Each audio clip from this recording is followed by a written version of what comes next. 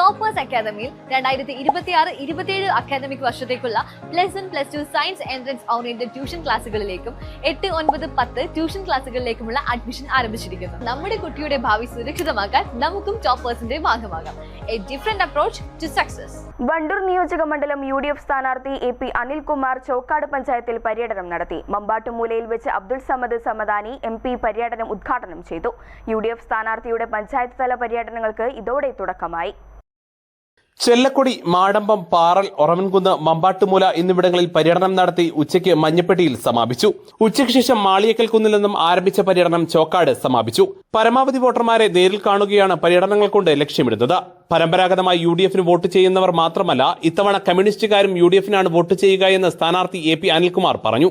ഈ തെരഞ്ഞെടുപ്പിന്റെ വിവിധ വശങ്ങളും ഒരു നാടിന്റെ, ഒരു പ്രദേശത്തിന്റെ വികസന കാര്യങ്ങൾ, നമ്മുടെ സംസ്ഥാനത്തിന്റെ പൊതുവായ ക്ഷേമപ്രവർത്തനങ്ങൾ, വികസന കാര്യങ്ങളും, അതിനൊക്കെ അപ്പുറത്ത് നമ്മുടെ നാട്ടിൽ നിലനിൽക്കുന്ന ഒരു മതേതര സംവിധാനം ഈ സംസ്ഥാനത്ത് നിലനിൽക്കേണ്ട ആവശ്യം, ഇതൊക്കെ ഈ തെരഞ്ഞെടുപ്പ് ചർച്ച ചെയ്യുന്ന ഒന്നാണ്.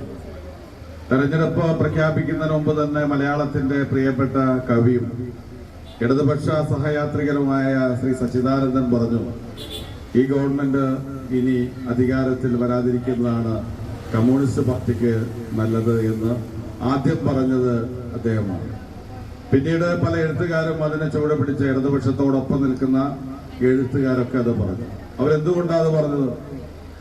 അവരിവിടുത്തെ രാഷ്ട്രീയമായ മറ്റു കാര്യങ്ങളൊന്നും ആലോചിച്ചിട്ടില്ല. കമ്മ്യൂണിസ്റ്റ് പാർട്ടി 10 കൊല്ലം കൊണ്ട് മെല്ലെ മെല്ലെ തകർന്നു പോകുന്ന ഒരു സാഹചര്യം, ജനങ്ങളിൽ നിന്ന് അകന്നു പോകുന്ന സാഹചര്യം, നേതാക്കളും ഗവൺമെന്റും ഉൾപ്പെടുന്ന പാർട്ടി നേതൃത്വം സാധാരണ പാർട്ടിയുടെ അണികളിൽ നിന്ന് അകന്നു പോകുന്ന രാഷ്ട്രീയ സാഹചര്യം, ഇതൊക്കെ മുന്നിൽ കണ്ടുകൊണ്ടാണ് അന്നത് പറഞ്ഞത്. അത് പറഞ്ഞു കഴിഞ്ഞപ്പോൾ അതിനെതിരെ വിമർശനം ഉണ്ടായി. പക്ഷെ പിന്നീട് തെരഞ്ഞെടുപ്പ് പ്രഖ്യാപനം വന്നു.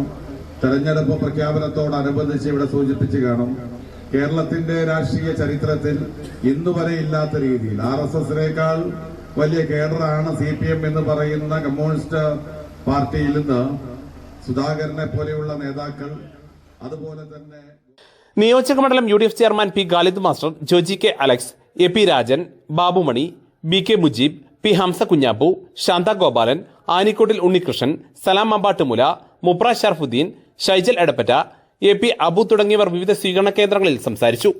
News bureau, Chokkad.